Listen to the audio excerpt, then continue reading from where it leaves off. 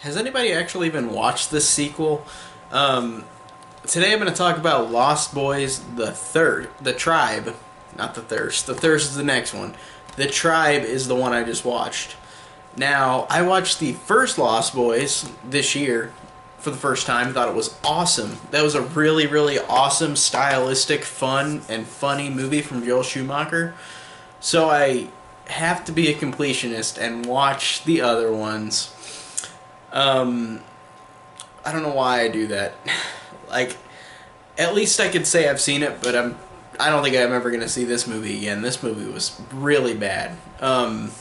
This is a direct-to-video horror sequel to The Lost Boys in 2008. So literally, 1987 was when the first one came out. And then 2008 they made the sequel to this, and then they made the Thirst, the Thirst after this one in 2010. So they waited so long for sequels, but they're direct to video, and I'm not saying direct to video movies can't be good, because there are some actually really damn good direct to video horror movies that I've seen, like Curse of Chucky and Cult of Chucky. I thought those were fantastic. And there are a lot of others on top that I have seen, but I can't think of on top of my head. But the Chucky ones came to my mind. Those are ones that are direct to video, but are really, really good. And this one is still from like Warner Brothers. It's just Warner Premiere, like their, I guess, direct to video company. So you would think that it would be a little better, but man, this was incredibly hard to sit through. And I hate saying that, I really do. I hate the fact that the whole movie was just the first movie again, but it was just really, really bland and just nothing, no charm. Joel Schumacher in the first movie made such a great charm to those characters and such great humor that made it memorable. The style, the score, the soundtrack in the original one is fantastic. And in this one, they of course used the song "Thou Shalt Not Fall" or whatever it's called. That's used in the first one, but sung by somebody else. But that's the only, like, they've got a couple other songs, but they don't compete at all to the original, and how the original had such a great soundtrack. This one has a couple songs in it just to say that they've got songs in it, to make it seem a little bit like the first one in terms of the music. The story is like the first one, so much so that it's annoying, and it's just so uninteresting and so bland, because these two new people move into town, this Chris character and his sister. They move into town, and this time it's the sister who gets turned, or is going to be turned into a vampire by the new group of Lost Boys in this movie. And she's going to be turned after she has her first kill. So he's got to stop that. And then Corey Feldman returns as one of the Frog Brothers, and he comes to help out too.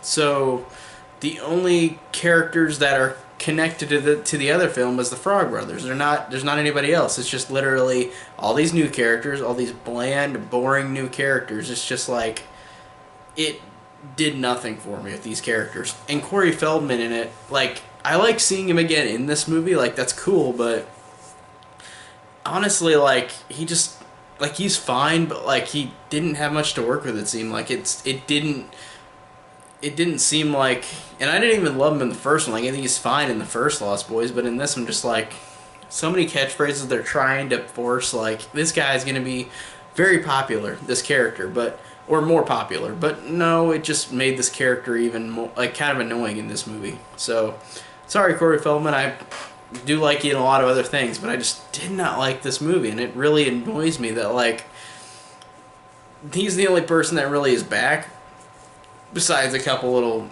cameos, which are dumb too, which I won't spoil, but there's a couple other cameos in the movie where I'm like, okay, that's kind of cool, but they're used so stupidly, like, they're not used good. There was a cool opening with Tom Savini in it. That's cool that Tom Savini was in the movie, but after that it just goes downhill.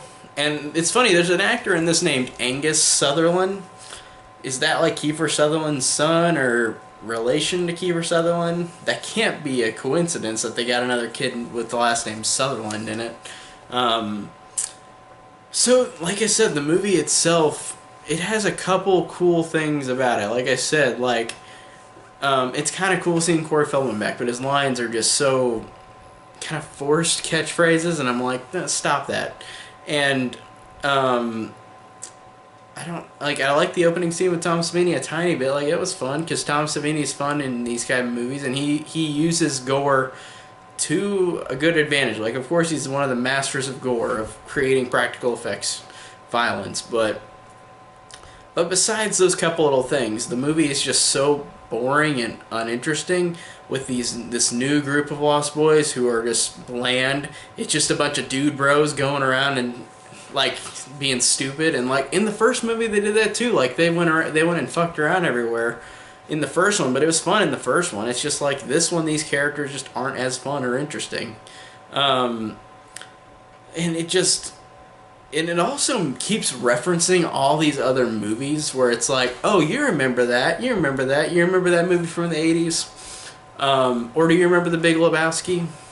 Like, they mentioned The Big Lebowski, and then they mentioned The Warriors from the 80s, and then they mentioned The Goonies.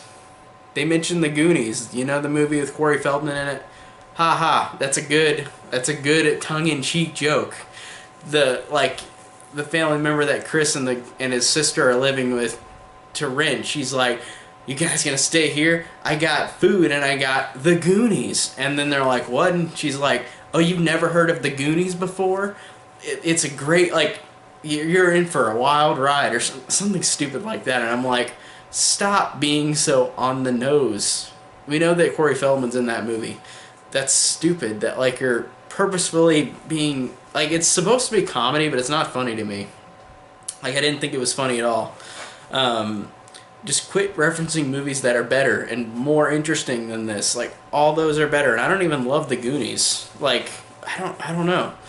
That just bugged me. Like, the movie itself just tries to be so up its own ass with being, like, connected, like, in terms of, it's like a Lost Boys movie, so it's like they're up their own ass with, like, these references and these jokes that were funny sometimes in the first one, but then now it's just like, no, you're just making it worse, you're making it stupider. So this one was a disappointment, a really big one. And I wasn't expecting much from this direct-to-video horror sequel that came out in 2008, whenever the first one came out in 1987. So it's like, I didn't expect much, but it was worse than what I thought it was, so really bad. Of course, I'm going to be a damn completionist and watch The Thirst next. That one will be the next one to talk about, but hopefully it's better. Maybe it's worse. I don't know. I don't care. I'm a completionist. I'll just at least see it once to say I've seen it. But man, overall, my thoughts on this was that this was really, really bad.